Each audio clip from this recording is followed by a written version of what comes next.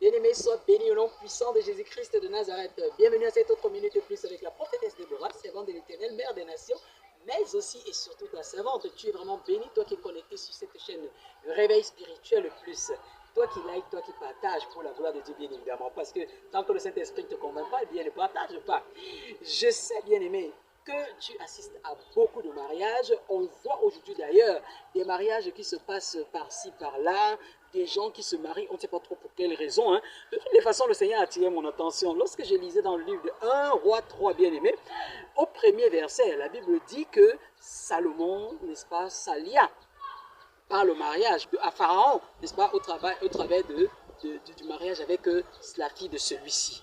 Donc, et on dit que il déporta la fille pour l'amener dans la ville de David jusqu'à ce qu'il ait fini de bâtir le temple de l'Éternel. Lorsque j'ai demandé au Seigneur de savoir pourquoi est-ce que son fils a besoin d'épouser la fille de Pharaon avant d'achever de bâtir son temple, c'est là où le Saint-Esprit me dit, eh bien Salomon, c'était comme un pacte de non-agression.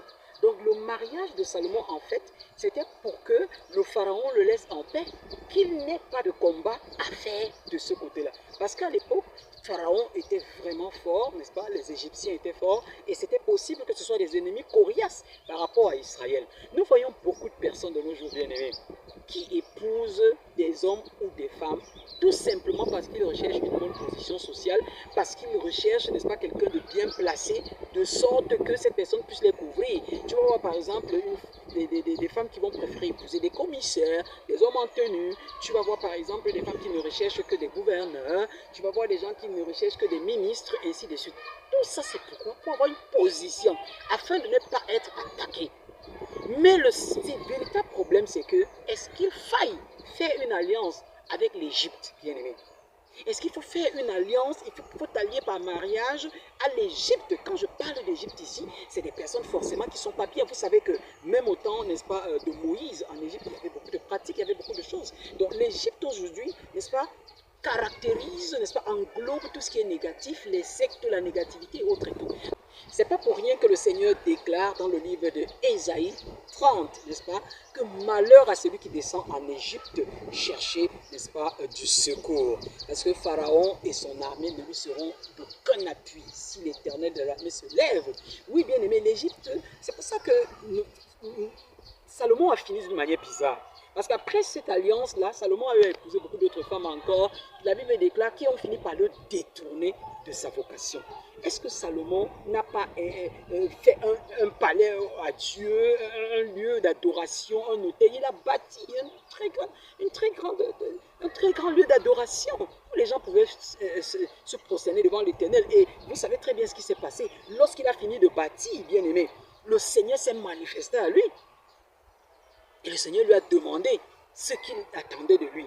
Mais ça n'a pas empêché que cette liaison-là, le Seigneur me dit, c'était des portes ouvertes pour que Salomon ne finisse plus dans la foi comme il était. Salomon était un serviteur de Dieu. Salomon était un élu de Dieu. C'était quelqu'un de consacré. Donc, il ne devait pas s'allier n'importe comment. Juste parce que tu veux signer un pacte de non-agression, tu vas épouser n'importe qui. Tu vas finir par te lever, aller épouser un sectaire. Parce que cette personne est bien placée dans la République. Parce que cette personne peut empêcher que, pire encore, nous voyons des hommes de Dieu aujourd'hui, des élus de Dieu, des hommes de Dieu comme des femmes de Dieu, qui se retrouvent en train d'épouser des personnes juste parce qu'elles cherchent une protection, elles cherchent une couverture, elles cherchent, n'est-ce pas, une personne qui va les défendre lorsque peut-être il y aura des soucis, des problèmes, surtout de nos jours, les églises réveillées. Il y a des soucis, il y a des problèmes. Maintenant, nous allons voir des gens qui vont aller se marier à certains, aux filles des membres du gouvernement bien placés parce que, n'est-ce pas, qui à la sœur de tel, au frère de tel, ou alors à telle fille de telle personne, telle personnalité ressource, parce qu'on cherche la protection. Parce qu'on cherche, n'est-ce pas, un appui. On ne veut pas être menacé. Ah oui, si j'épouse par exemple un commissaire, ou j'épouse, je ne sais pas moi quoi, le ministre peut-être de l'administration territoriale, disons, prenons un exemple banal. Bien, je suis d'une église réveillée, j'épouse le ministre de l'administration territoriale. Bien aimé, c'est pourquoi quand on dit on va fermer les églises réveillées, il ne faut pas toucher mon église, non? Bon, le ministre de l'administration territoriale là, est-ce que son état spirituel plaît à Dieu? Est-ce que ça plaît à Dieu? Il faut que je le sache. Ça peut arriver hein, qu'on ait un ministre qui ait la crainte de l'Éternel. Ça peut arriver, je ne vais pas dire le contraire. Mais il faut faire très attention.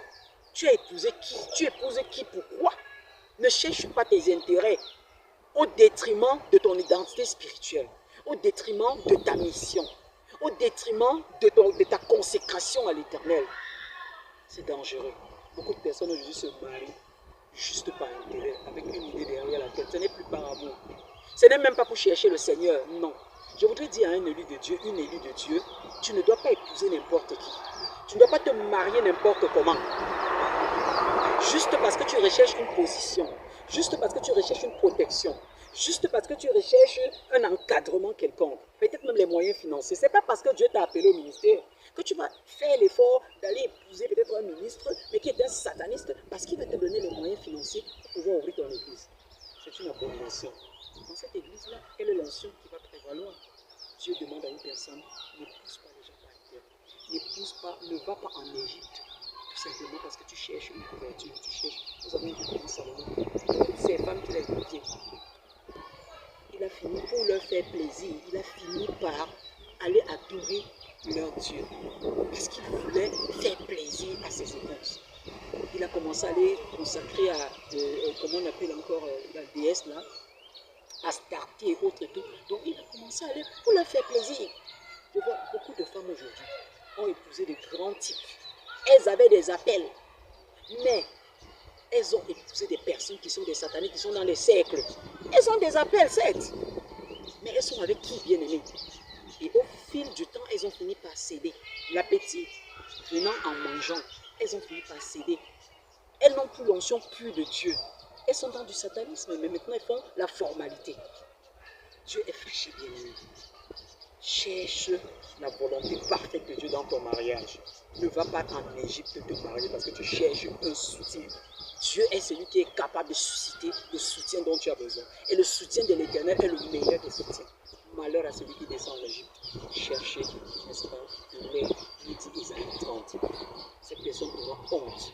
Parce que le soutien de l'Égypte ne sera rien devant la puissance de Dieu, devant le rejet de Dieu, le dédain que tu auras de ton âme, de ton ministère, de ton appel, parce que tu te seras allié où il ne faut pas. Tu ne vas pas me dire que tu vas aller épouser un tradipraticien.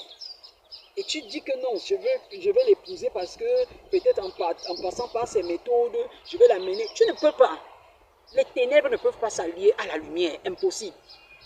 Pour servir Dieu, tu dis que tu cherches un intérêt. C'est toujours pour l'intérêt de Dieu, non? Si j'ai épousé tel, si j'ai épousé tel. Non, tu ne peux pas épouser le Mami Wada parce que tu cherches l'intérêt de l'Éternel. Quel intérêt? Salomon n'y est pas arrivé, n'est pas parvenu. Et en fin de compte, le royaume d'Israël a été divisé en deux. Voilà où ça peut mener. Ton notion sera biaisée.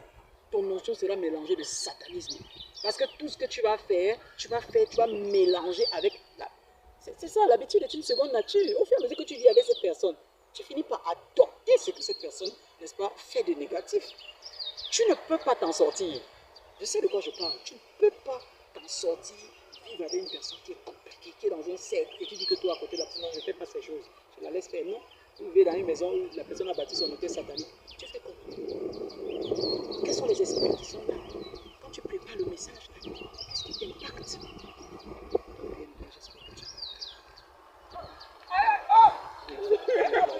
lui! Évite de t'allier dans une union juste parce que tu cherches un intérêt, parce que tu cherches ton bien-être, alors que tu es en train d'enterrer, n'est-ce pas, ton appel, tu es en train d'enterrer tes dons, tu es en train d'enterrer. Non, il faut faire attention. Prie que le Dieu de gloire te donne le mari, la femme qu'il faut, selon lui, au nom de Jésus-Christ de Nazareth. Alléluia. Tu es béni, toi qui es écouté. Partage au maximum.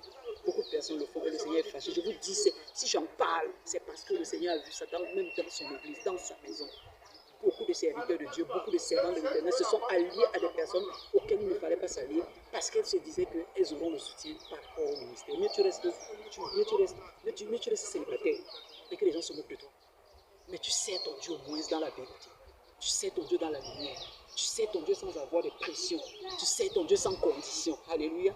Tu es béni au nom puissant de Nazareth. Que le Dieu de gloire te guide. Toi qui n'es pas encore marié, ces jeunes élus qui me regardent, hommes comme jeunes hommes, comme jeunes femmes qui me regardent, que le Dieu de gloire t'oriente. Le Seigneur, c'est le moment. Je sais qu'il y a beaucoup. Le diable combat pour que les enfants de Dieu qui sont faits pour être ensemble ne puissent pas se mettre ensemble parce qu'ils savent ce qu'ils peuvent produire dans le règne spirituel. Donc, mets-toi en prière, jeûne, prie, attends la réponse de Dieu avant de t'engager dans ce mariage et tu seras béni. Parce que même les fruits de tes entrailles, ce sont ceux-là qui vont constituer l'armée céleste de la fin des temps. Alors ne t'allie pas à n'importe qui pour la gloire de Dieu. Merci d'avoir écouté. Sois béni dans la puissance de Nazareth. À la prochaine vidéo. Plus, c'est Dieu. Bye.